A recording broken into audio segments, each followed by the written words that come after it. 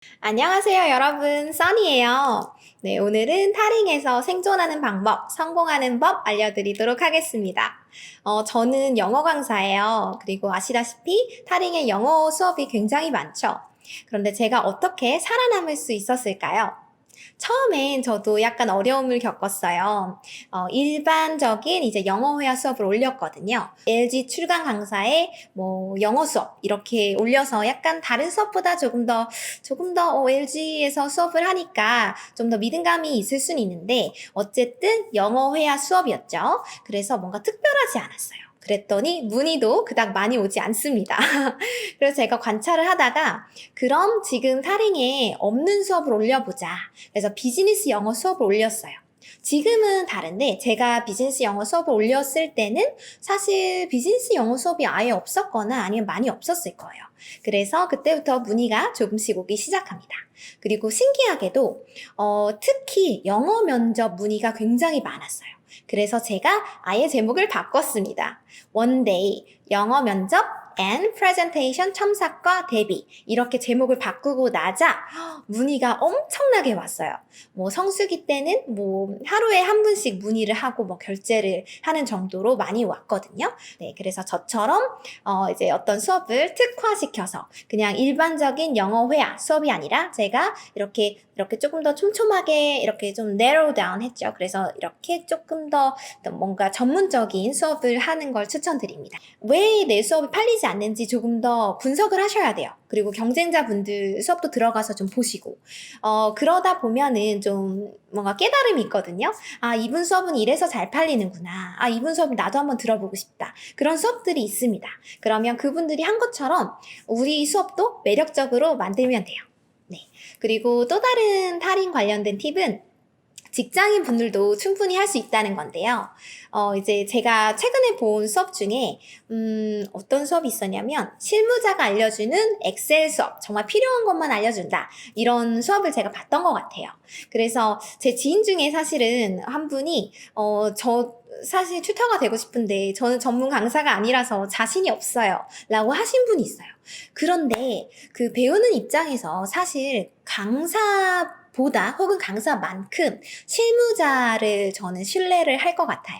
왜냐면 그분이 실제로 필드에서 쓰고 있는 스킬이잖아요. 그거 정말로 쓰고 있고 정말 유용하다는 게 증명이 되기 때문에 직장인 분들도 충분히 타링에 도전하시면 좋은 결과 있다고 저는 생각합니다. 물론 다른 사람들이 많이 하고 있는 수업이라면 조금 얘기가 달라지겠죠. 그러면 제가 했던 것처럼 그 수업을 좀 많이 특화를 시키시는 것이 좋을 거예요. 그리고 또 다른 걱정은 경쟁자가 너무 강해 이런 생각을 하실 수 있어요.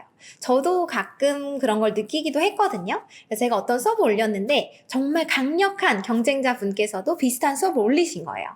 저도 조금 신경이 쓰이긴 했죠. 근데 제가 그런 경쟁자 분들이 나타날 때마다 하는 거는 제 수업을 더 강화시키는 거예요.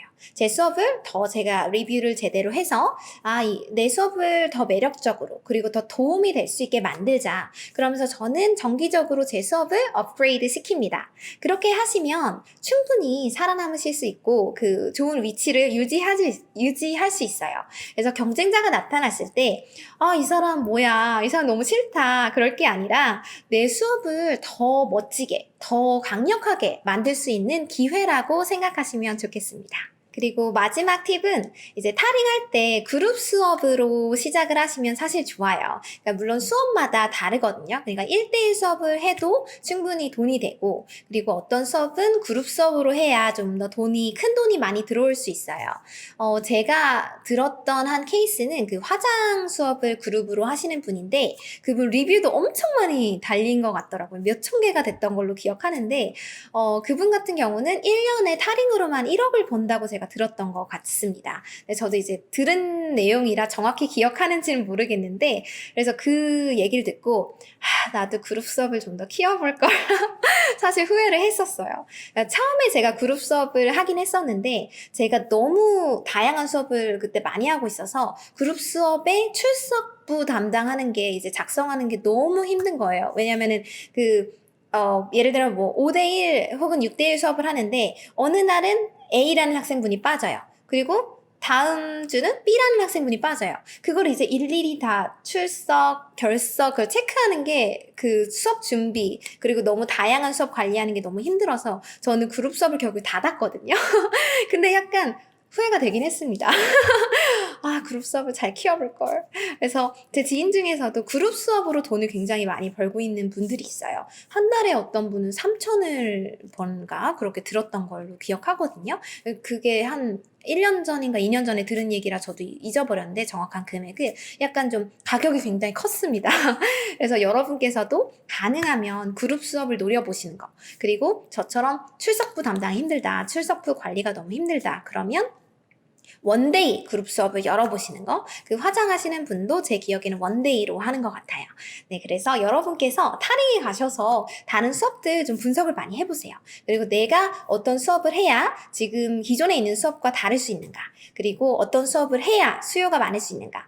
그리고 그거는 사실 올렸을 때 반응을 정말 보셔야 되는 것 같아요. 저 같은 경우도 이 수업을 올리면 인기가 많을 텐데라고 올렸더니 반응이 좀 없는 수업들도 은근히 있어요. 그럼 그 수업을 닫는 거죠. 그리고 새로운 수업을 올리시면 돼요. 네, 그런 식으로 수요가 있는 수업을 찾아 나가시는 거예요.